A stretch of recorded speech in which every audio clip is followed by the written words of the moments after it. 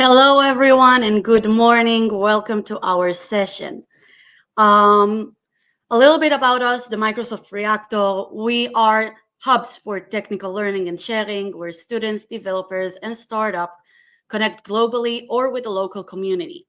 You can share the following QR code to learn more about us, and of course, we will share the link in the comments as well.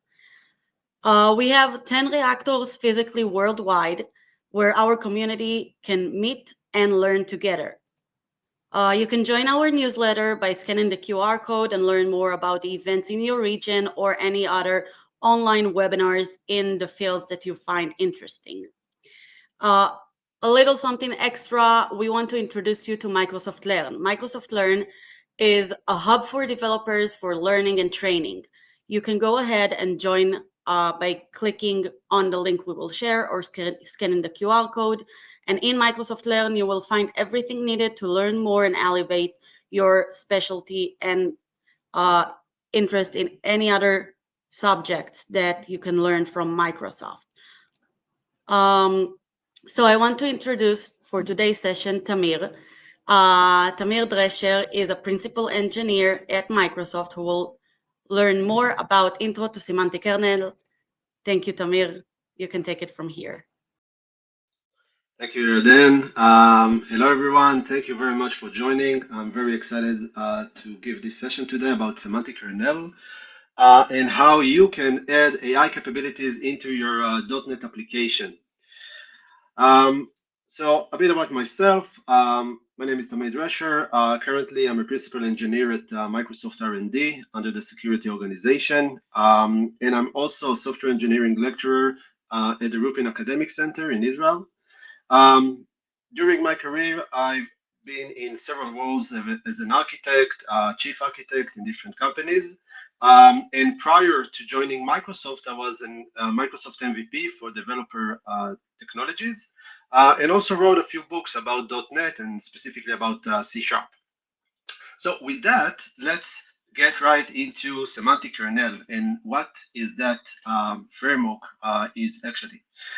So Semantic Kernel is an open source development kit that was created by Microsoft that allow you to easily add AI capabilities and create agents inside the languages of C#, Python, or Java. All of them share the same kind of concepts and architecture. And basically, it allows you to take your existing application or create a new application and just integrate it with different LLMs and allow your application to do different operations that require LLM and AI capabilities. So if we look at Semantic Kernel, there's a few components that you should be aware of. So first of all is the kernel itself. Semantic Kernel allow us to create an application and create this concept of a kernel where we configure all the integration with the different parts of AI. And through this kernel, we can then start activating different flows. The kernel itself allow us to create those abstraction around different AI concepts. So specifically, we have AI connectors that give us this type of abstraction around vendors of AI. It doesn't matter if you want to use OpenAI, Azure OpenAI, Llama, Hugging Face, and whether it's a large language model or a small language model, all of them behave the same inside Semantic Kernel.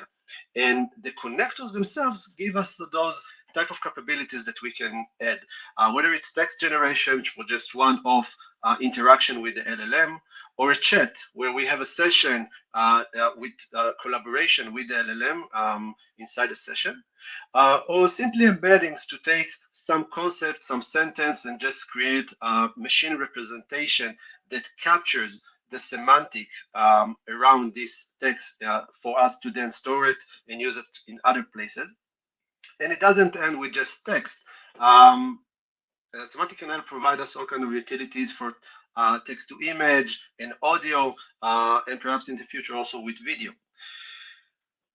Beside the connectors to AI, we have also integration with different stores, databases that are best used by LLM. Those are called vector stores. And so inside semantic kernel, we have those abstractions that allow us to use the different vector stores, regardless of what is the technology that you prefer to use, whether it's Redis, Azure AI Search, Elasticsearch, or whatever. All of them behave the same, and from your code, you just do the same, your same code and just use different integration. And the last part are plugins. Those are the ability to allow the kernel to use your code or other external technologies, external systems. Whether you have a function that you want the LLM itself to call when it needs more information or when it needs to do an action, or it's an external application which you want to integrate with OpenAPI or some other protocol. All of that together is what give us eventually the possibility to create smart agents. And semantic kernel also give us an agent framework where we can take all of that and create different roles of agents, and those agents can interact with one another. Now, the agent framework is outside the scope of this lecture, and we will have a future session on that as well. But currently, I want to focus on really semantic kernel capabilities and how you can use it inside your application. And let's start with a demo of what you can achieve. So the story is that I joined recently to a team inside Microsoft that provide a platform for other development teams in the organization. And as part of that, we do a lot of work around Kubernetes and Azure DevOps. And as much as I've been familiar with that, the depth of knowledge that is required to really work with those tools, especially when you provide it as a platform, is quite large.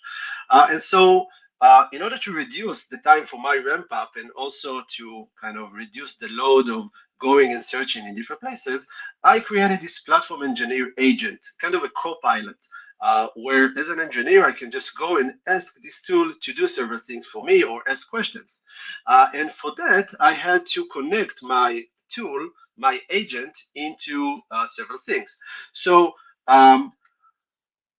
first of all, I connected this tool to kubectl that is running on my machine to get access into AKS and allow the tool, based on my prompt, to go and do several actions on the cluster. I also connected my tool to Azure DevOps Pipelines API. And so I can ask about failing builds or rerun a build or understand, based on something that happened inside my cluster, what type of build should I run and release to solve some of the issues.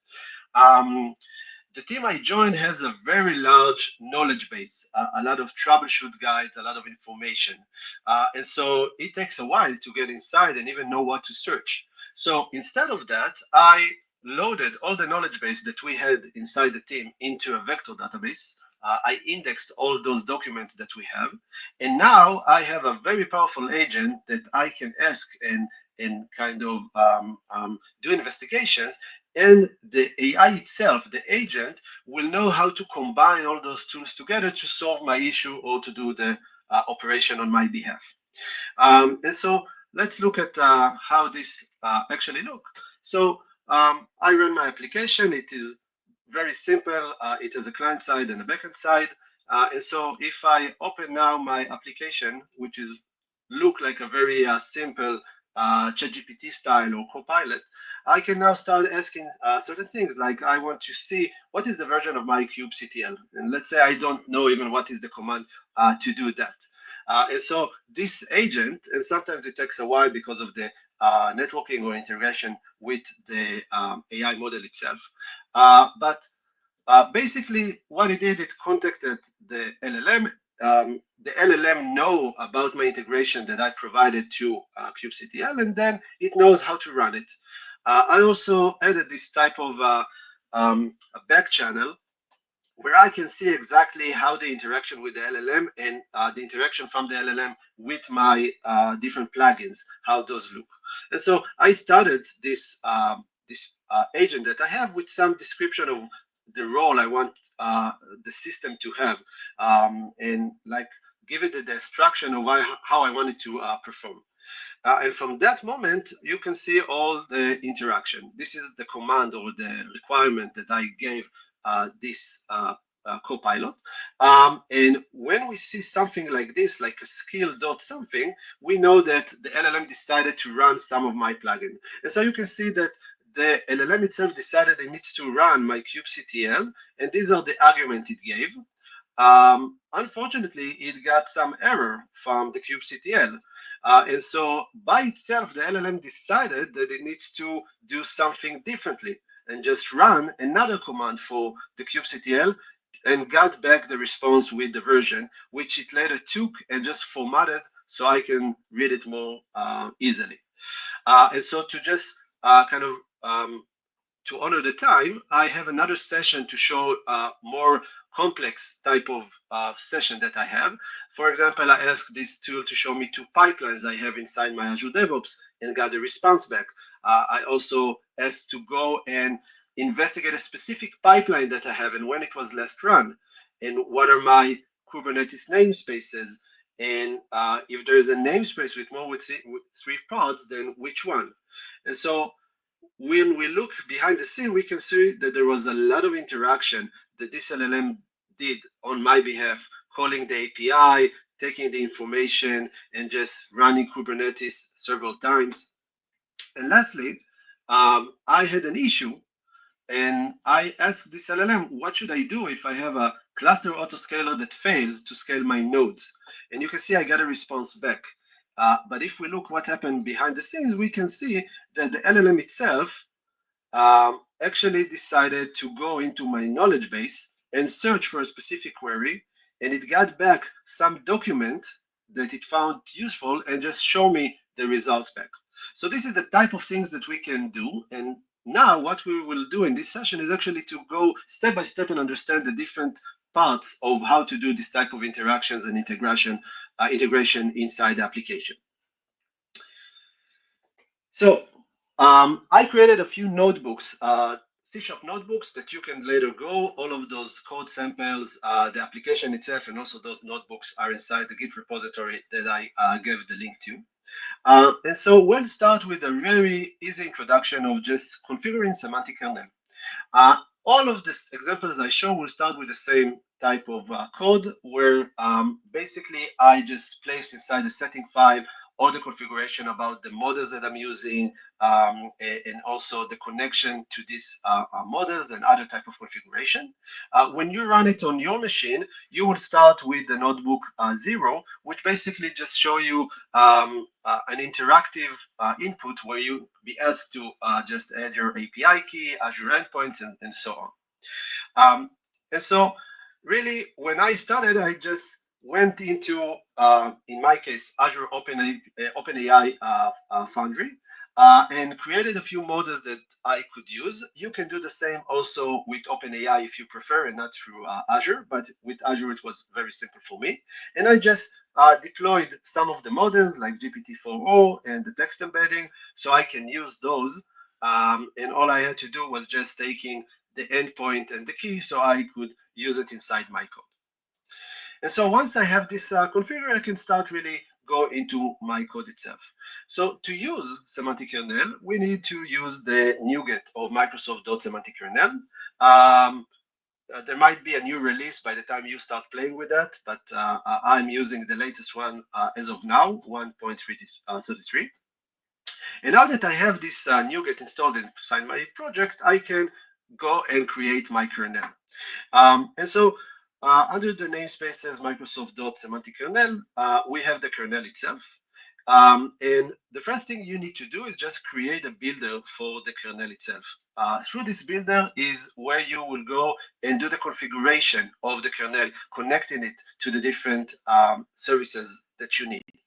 And all I do now for this very simple example is just adding Azure OpenAI chat completion. If you are using a different model, like something running on locally on your machine, like Llama, you just go and change this line to use add, let's say, Llama model, and just give it the information.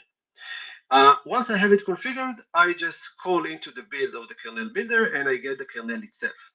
And the kernel itself is the entry point. It's the central place through which I'm going to do all the actions that I need to interact with my models and the rest of the AI capability. And in this very simple example, all I do is I'm telling the kernel to invoke a prompt. I'm just giving my prompt itself, very simple one, like how do I get the Kubernetes pod that consumes the most resources? And the kernel itself will interact behind the scene with the model I chose. In this case, it will be GPT-4o. And I get back the result, which I'm just printing here, what I got from my LLM. Very simple for a single interaction that does not have a memory between different sessions. So this is the very simple way of how you can work with the model. Another thing that Semantic Kernel gives us is the possibility to create reusable prompts and have inside the prompts parameters and attributes that we can use. So in this example, I'm creating a simple string prompt, and by using two um, two of those brackets with the name of my parameter, this is the way that I can later inject from the outside the value. So I'm having a parameter of input, and what I'm asking in this prompt is to give me a TLDR in 5 words of what the input itself is. And so in this example, I have a very simple text to summarize from Asimov books. And all I can do now is just calling the kernel invoke prompt async, giving it the prompt itself, and providing the list of parameters. And the name of the parameter I used is input, so I'm just putting input here and just passing the text I want to summarize. And again, this will go into the LLM for us and just give us back the result, which is just human safe, obey, self-preserve. This is just the TLDR of this very small text that we have here. So this is the very basic introduction of just using semantic kernel. And of course, now we want to make it more extensible and much more powerful. So the first thing we will look at is how we can add plugins. And plugins are the way to give into semantic kernel external and more elaborated type of utilities that it can use. So just like before, I created here my semantic kernel, very same code as we did before. And now what I'm going to do first is loading plugins from a folder. So one of the things that kind of LLM and AI introduces this concept of prompt engineers, where you can add capabilities into your application without really coding that. And semantic kernel give us this type of ability by allowing us to have a folder that just include different plugins where each plugin is simply a text with a prompt. So I have here inside my solution, I have a prompt plugin and a classification plugin with two, you can say, function. For example, I have a simple function here, and there's a few formats that you can use to create those type of plugins. I'm using the JSON one, there's a YAML one, and others. And basically, a plugin is just two files. First, we have the prompt itself. And in this case, I have a prompt that specifies that I want the LLM to decide what is the importance level of a message based on the context, based on the information, and other means. And you can see that I have here the topics of high importance and the topics of low importance that I can inject as parameters. And I'm also providing a few samples for the LLM. I'm specifying that, for example, if your flight is going to be delayed, please check the Delta app for updated schedule. I want the LLM to give us an urgent importance. And for other type of messages, different type of importance. And then I just end this prompt by saying, okay, this is the message and what is the importance? The second file that I have here is like the configuration around this prompt, where I can adjust different parameters of the LLM itself. And these are the execution settings. And for example, I can specify that the temperature that I want to use is 0, meaning that I want the LLM itself to use the no creativity at all. I want the answer to be very, very strict without the tool adding more creativity output. And creativity is better for places where you want it to provide like an email for you or just creating a story or something like that. Also, I have these two files under this folder called importance under my classification plugin. And so now I can just tell my kernel to import plugins from the directory. And I'm just giving the classification plugin directory. The LLM itself knows how to go into this folder. Each of the subfolders is a function that it can use. It read the configuration file that I just shown and load the prompt. And now, if I'm going and just specifying my arguments, the input, for example, is help is needed, all systems are failing, I can now go and tell the kernel that I want to invoke a function. And I'm just taking my classification functions that I loaded before. The name of the plugin I want to use is importance, the one that I just added from here. And I'm just passing the arguments. And the LLM itself will take this message now and run the prompt for me. And it decided that this message is urgent. On the other hand, if I'm just specifying this input, using semantic kernel in one sock will be so much fun. It says that this is a low urgency, low importance, and this is fine. So one usage that you can think of using something like this importance plugin is that if you have something that reads messages from a support channel or something like that, and you want to prioritize those messages so some assistance, human assistance, will get those that are more urgent over the other. So this is a type of a way of doing that.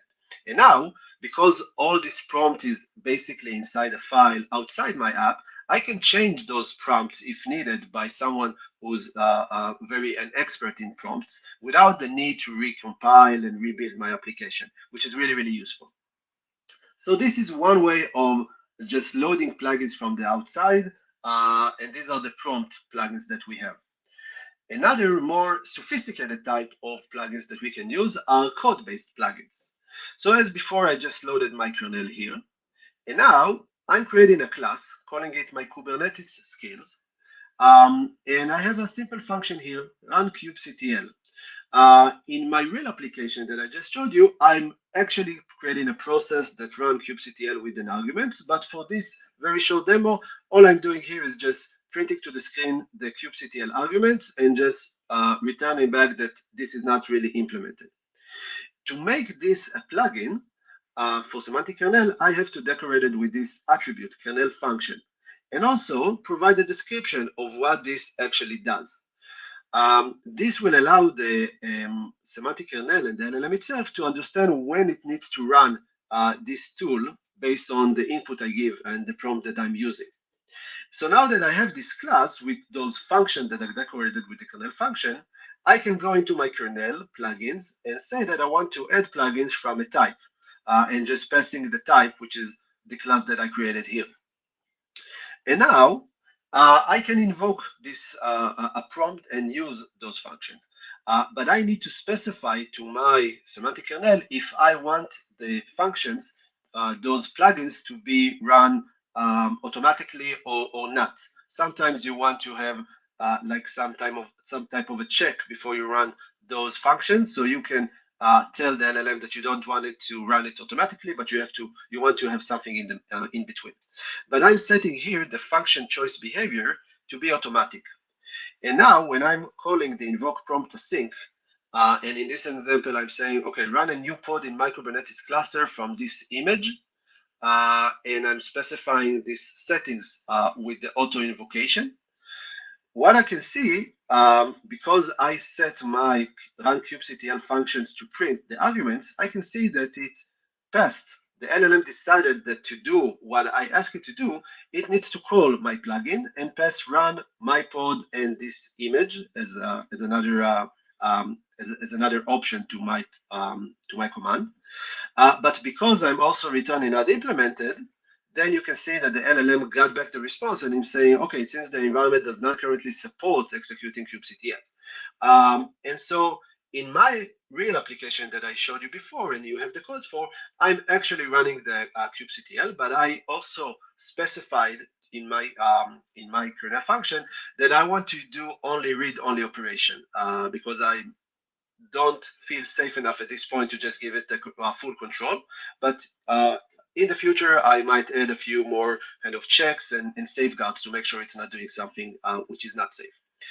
So adding connection to your code, something that you have, is really, really easy. All you need to do is this kernel function, and that's it. And from that moment on, the LLM will decide when it's to use it and just call it on your behalf. Another type of plugin, for example, in the example that I showed you, I also allowed my agent to go and fetch information on the operation on the Azure DevOps pipeline.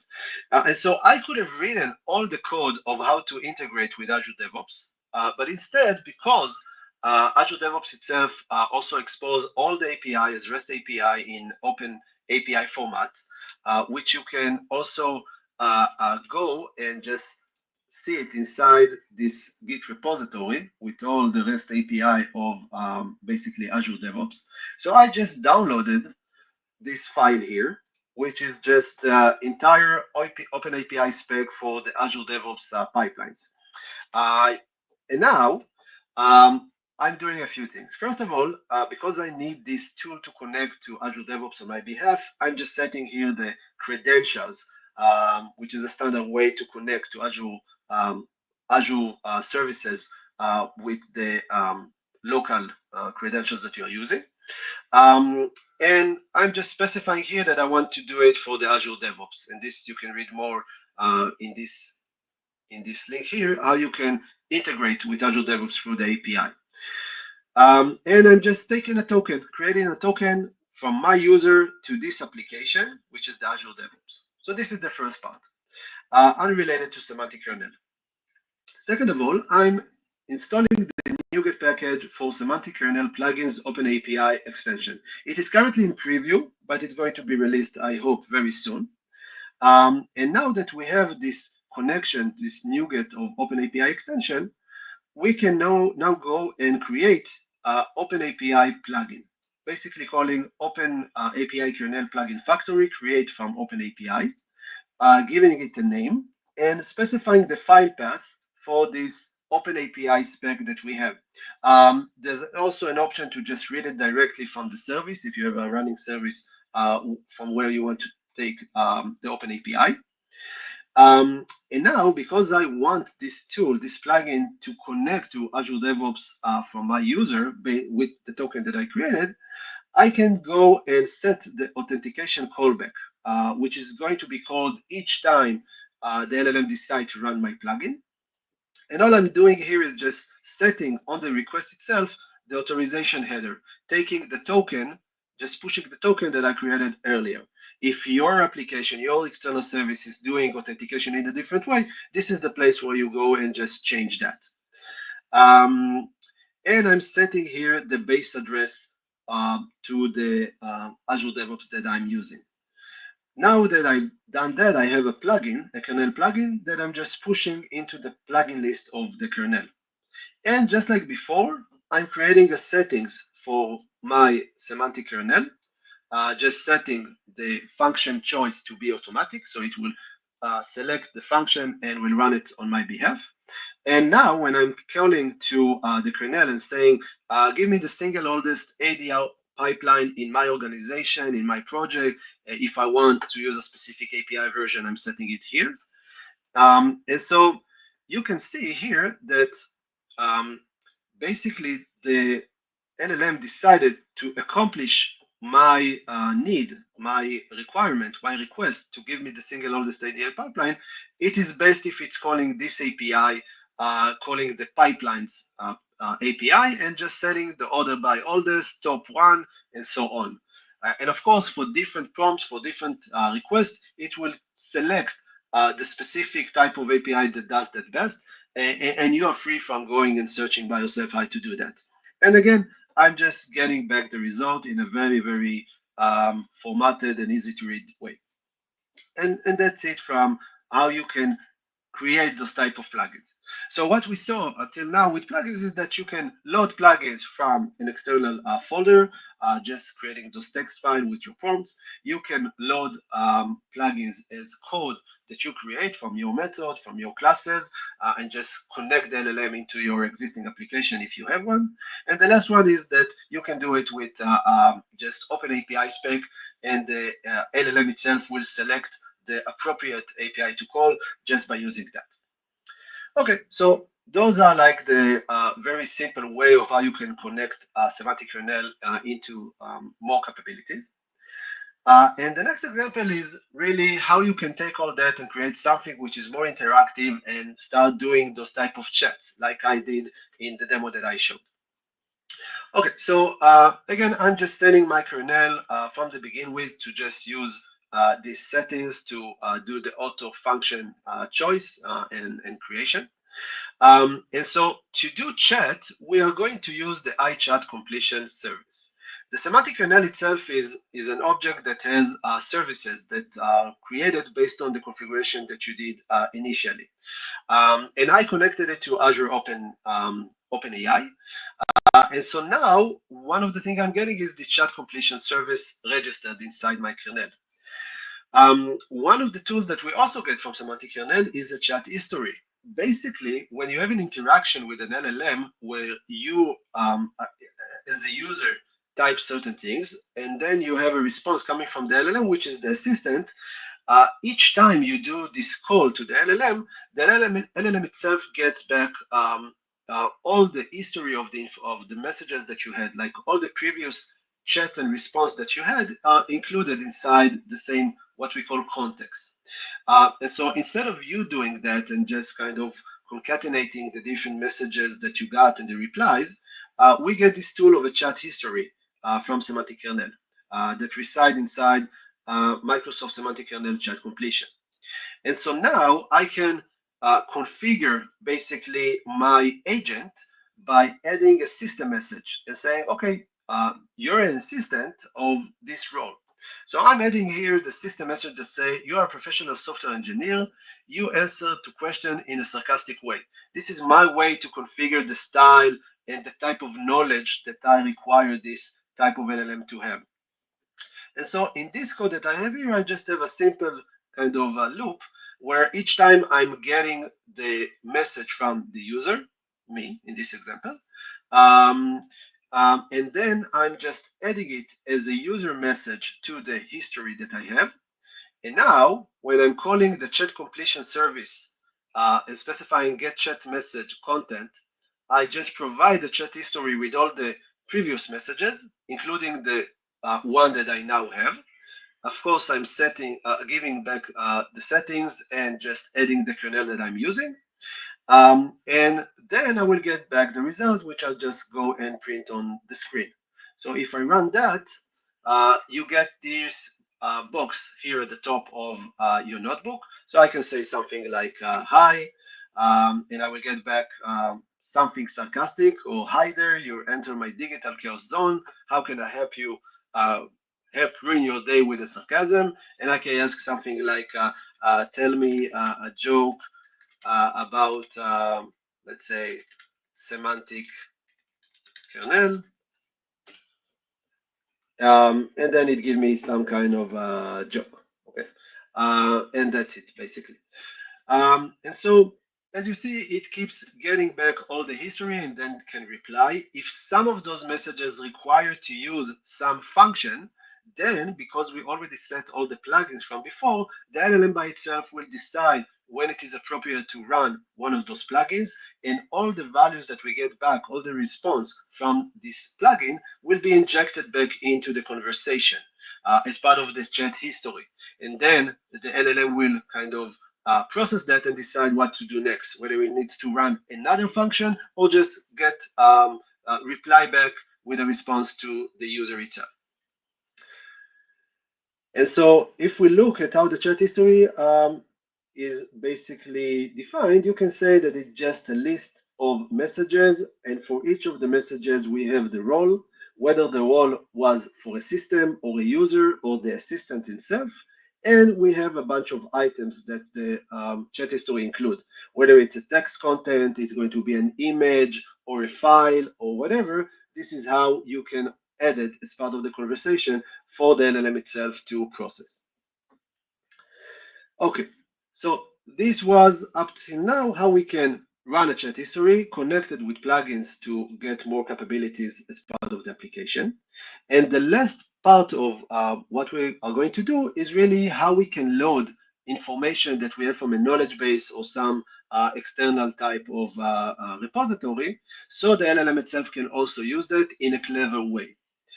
So for that, we need to kind of go and understand something which is called RAG. Some of you might have heard about it before, and also what is embedding. And so when we are saying RAG, RAG is a short for retrieval augmented generation. And I'll explain what this means, retrieval augmented generation, and how it comes to play with semantic kernel or AI in general.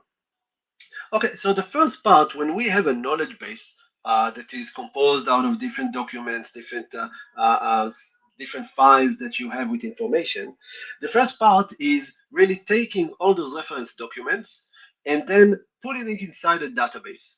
And the databases that we want to use are the vector databases. And vector databases, by the name, are the vectors. Those vectors are like a list, an array of numeric values called dimensions.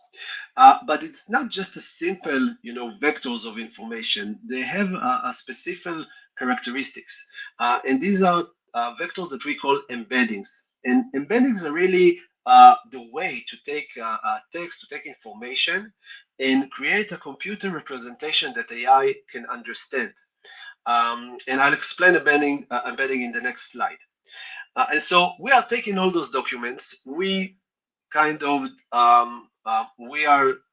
producing embeddings for each one or for sections from those documents.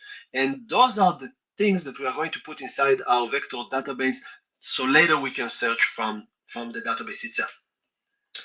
The next part, after we did all this indexing, is to take the user query. And so the user query is just plain text, something that is a free-form text. And just like we did with the reference documents, what we are doing is we are going to also create embedding from the user query. And embeddings really is a way to encapsulate the meaning or encapsulate also kind of what is the semantic, what is the intention behind the text itself. So we get this embedding that you can say it's like a compressed way of what the user actually wanted. And based on this embedding, we go into the vector database that we have and we do the query. And we get back from the database relevant documents based on the kind of similarity to the other type of documents that we already have indexed inside the database itself. And now that we have all this list of documents, we are going to produce something, some short version, maybe a summary, or maybe just take them as is, and inject those documents and this information into what we have to the LLM itself. So basically, we are going to take all those documents and all the knowledge that we got from the database. We can split it, we can summarize it, and basically we will just add it as part of the prompt that we are going to give to the LLM. So basically this part over here at the top is the retrieval. And now that we retrieved all the information, we augmented, we added into the, you can say, into the chat that we have with the LLM.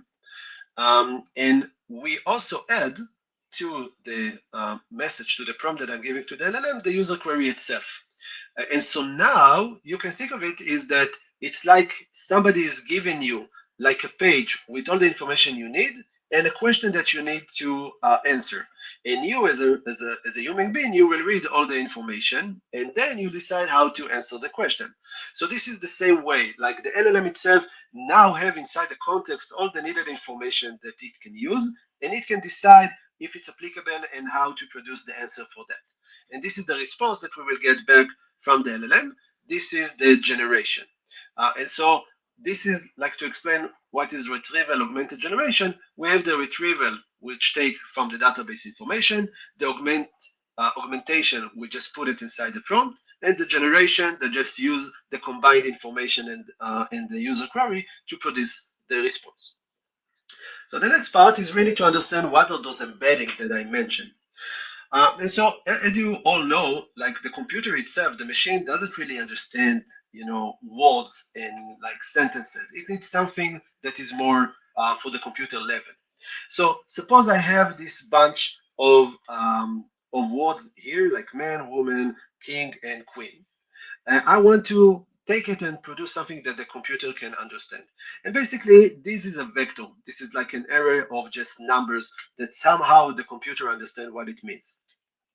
And so if because like this is 7 dimensions and I can really visualize 7 dimensions easily, let's say I reduce the dimensionality to 2D. And I'm showing here on the screen like the 2D representation of those vectors that we have. And you can say that maybe man is this point that we see here, and women is the point that we see here. Nothing too fancy.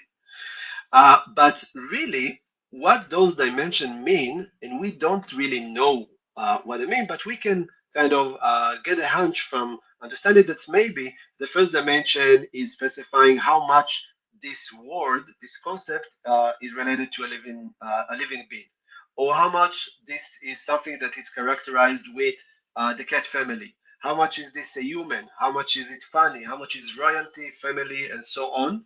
And the more dimensions you have, it's like the more type of attributes that you can define on what this really means.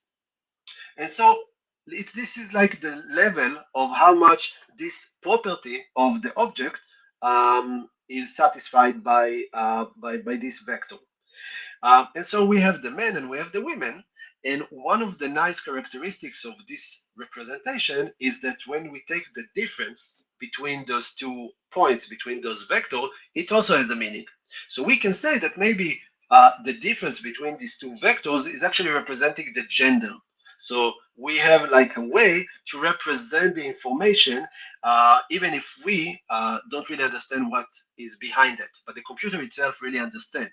So the closeness of vectors is really represent how much they have a similarity in the definition of the semantic of what they represent. And so in the very same way, if we take king and queen, we get these 2 other type of vectors, which can be represented here on the screen. And it just happens to be that the difference between queen and the king is gender, which is going to be the same value or the same vector like the one we got from the difference between women and men. And this is like the power of embeddings because it encapsulates the meaning and the semantic. When we go and search in the vector database by taking the query that we have, it will find the similarity not just by the words that are really the same or close, but also what is the real semantic meaning behind that. Even if it's in different languages, we will still get the same vector to explain that. Okay, so this is like a very short introduction to RAG and embedding, just so we can now understand how we are going to technically use that for our advantage. So the last notebook that I have here is the notebook of this RAG concept, which is a bit long, but I'll try to explain it really, really easily. So for this demonstration, I'm not going to use a real database. I'm going to use the in-memory database that Semantic Kernel provide. But in the real application that I showed you, like the platform engineer agent, I'm really using Azure AI search database. So it's just a matter of replacing the configuration to the kernel itself. And so I'm creating here a class that is going to represent the knowledge base snippet that I'm going to read from the files that I have, and just a way to add it later to the database. And so this class that I have will have a key and will have the text and maybe some reference description and links and the embedding itself. All of these are decorated with some of the attributes that Semantic Kernel give us, vector store record key and the data. And for the embedding itself is the vector store record vector that we need to use in order to really put all the relevant information so the semantic kernel can use that to do the indexing or to do this type of mapping into the real database. And so in my database, basically the collection name, like you can say the table, I'm calling it my knowledge base.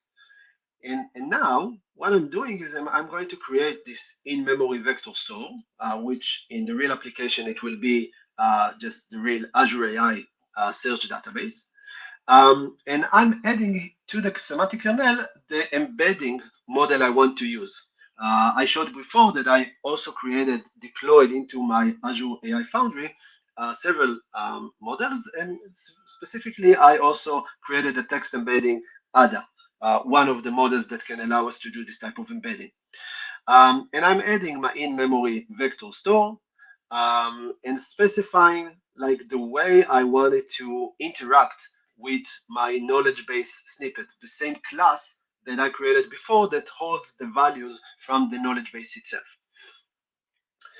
And now that I have this configuration, I just build my semantic kernel, which will register and allow me to create the iVector store record collection, which represent kind of the table inside my database with all the information. And the text embedding generation service, the one that will help me to create those embeddings for indexing and later for the query. And the vector store text search, which is the way for me to just go and say, okay, here is a query, is a text, go into the database I registered and do the selection for me, prioritize the results and give it back to me in a way that is abstracted from the real source that I'm using. And so, for example, if I'm just taking the text hello world and I'm just calling the text embedding generation service generate embedding, you can see that I really got back some kind of an array with all those values. So nothing really to write home about, just to explain how it connects to the embedding I showed before. Second is that I'm just creating my collection if it not exists. This is an in-memory. It doesn't make a lot of sense, but of course, if you are doing this type of indexing tool, you want to make sure the collection, which is like the table, exists inside your data store itself. And now I'm going to do the indexing itself.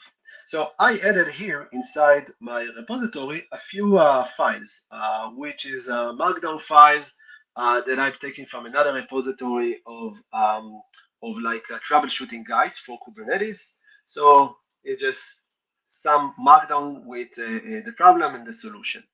And really what I'm doing now is just I'm taking all the files, the markdown files from this directory, and one by one, I'm just reading the text and creating an embedding for this text that I have inside. Now that I have the embedding, I'm creating this knowledge base snippet, the same class that I showed before, giving it a key, which is just a new GUID, putting the original text, putting the text embedding, and just specifying the file from where this information was really added from. Now that I have this knowledge base snippet object, I'm just calling my vector store record collection and just adding, upserting this object. And so this will go into the database, create a real document for that and just place it there. And that's all you need to index into your database information that you have from an external source. And now, once we have everything indexed, I can use the vector store text search and just say get text search result with some query. For example, I'm specifying how to solve a warning of Ingress certificate that was expired. I can also specify if I want to retrieve more than one document or several documents. Because I only added three, I'm just taking the top one, which is the one with the with the most similar information to what I try to query.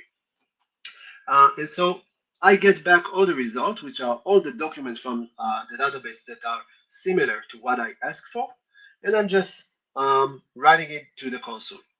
And so you can see that really I'm asking about Ingress certificate that was expired, and I got back this document about English certificate expired warning, which does not really include these words as is.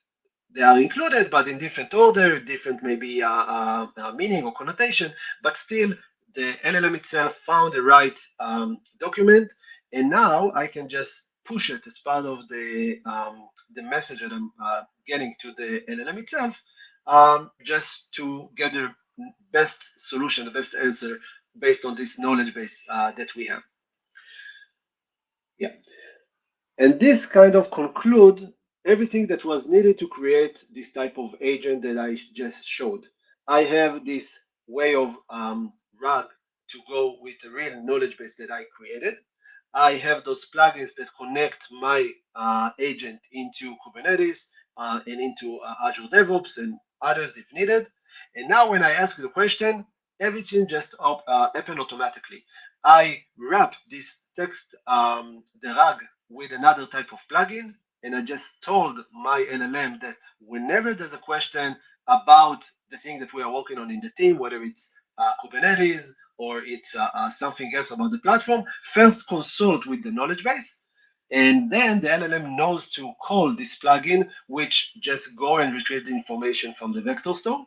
And then all of these just play together. The LLM itself decides when to run and execute each one of those plugins. It also is the one that determines if I need to call other plugins. It ingests all this information and just at the end give me back the result. That's basically it. Okay, so to summarize, what we've seen is basically how you can take semantic kernel in an existing application or a new application, very easily use the different components that it provides to interact with the LLMs and other AI services that we have. We saw how we can take prompts and use the prompts as functions that can also get some arguments and make reusable type of prompts. We saw plugins that we can add from existing code, code that is new, and how we can add plugins that are just taking OpenAPI spec and execute that. We learned a bit about RAG, retrieval augmented generation, and embedding, and how you can use that also in semantic kernel quite easily in a few lines of code.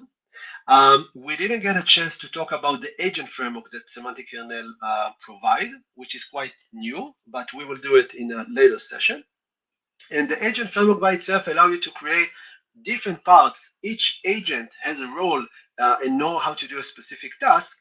And then the agents can talk with one another in a conversation to achieve a specific requirement or a specific project, which is really powerful. All the demos are included inside the GitHub repository that I loaded. You can go and take all the notebooks and all the code that I showed for this type of agent that I created for the platform engineer. And with that, I just want to say thank you and see if we have time for questions. Great. So I'm going to put on the screen some questions. From the Czech Republic, what is the most approachable Onyx runtime for .NET developers on the semantic kernel? Cool. So semantic kernel by itself support Onyx like out of the box. If you're running on Windows, all you need is just to give it the path to the Onyx model file that you have, and it does all the rest.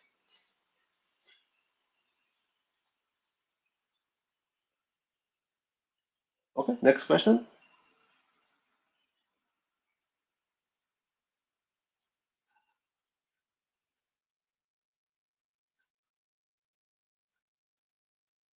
Yarden?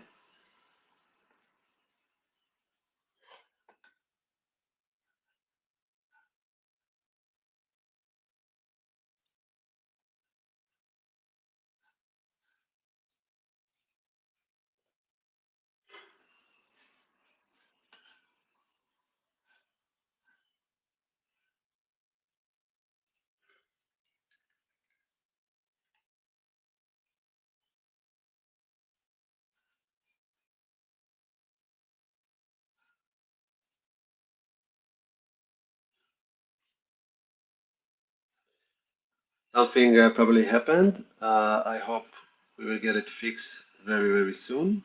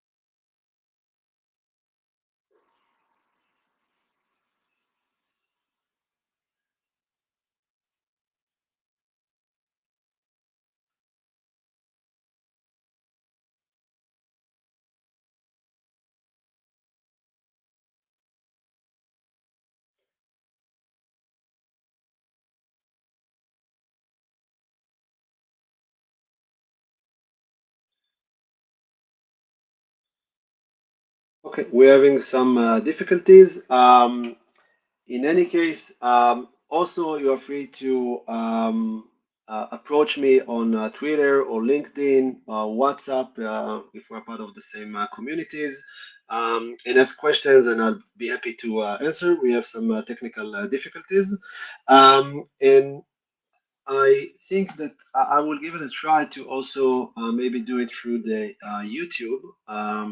I think I can see the chat from there, so I'll just give it a try. Um, Sorry for that.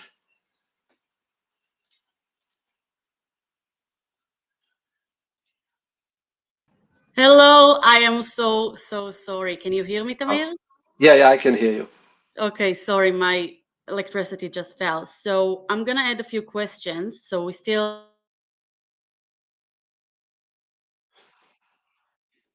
in fact, we can just pour KB into a vector store by some agent and then use it. Yes, Yes. Okay. I'm Can I hearing. use? I'm hearing like twice, so I'm not sure if it's only me.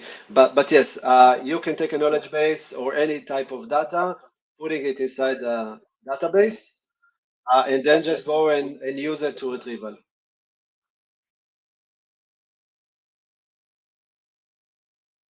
Okay. Can you still hear me bad or is it fine? I'm just hearing. Okay. So I'm gonna put the questions on the screen. Can you see them?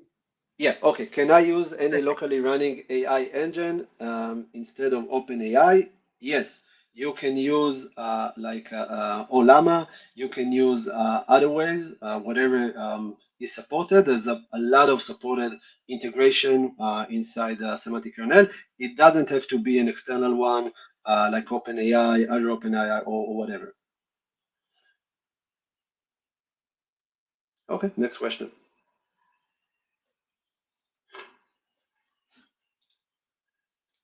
Let's see if I can find it in the chat. Um,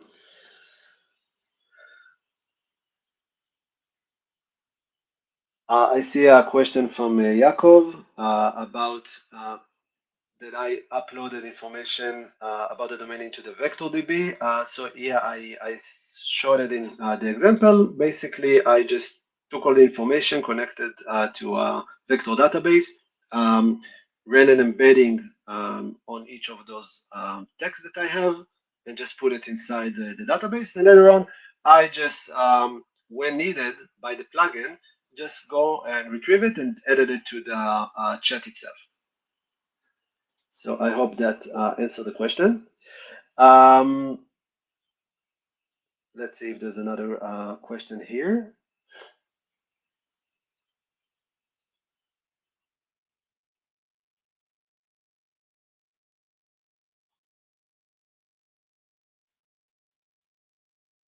Yeah, so I think for now, these are the questions. And again, feel free to approach me on Twitter, LinkedIn, Blue Sky, or whatever social network you're in, and probably there as well. And I'll be happy to answer questions. Thank you very much, all. See you next time. Bye bye.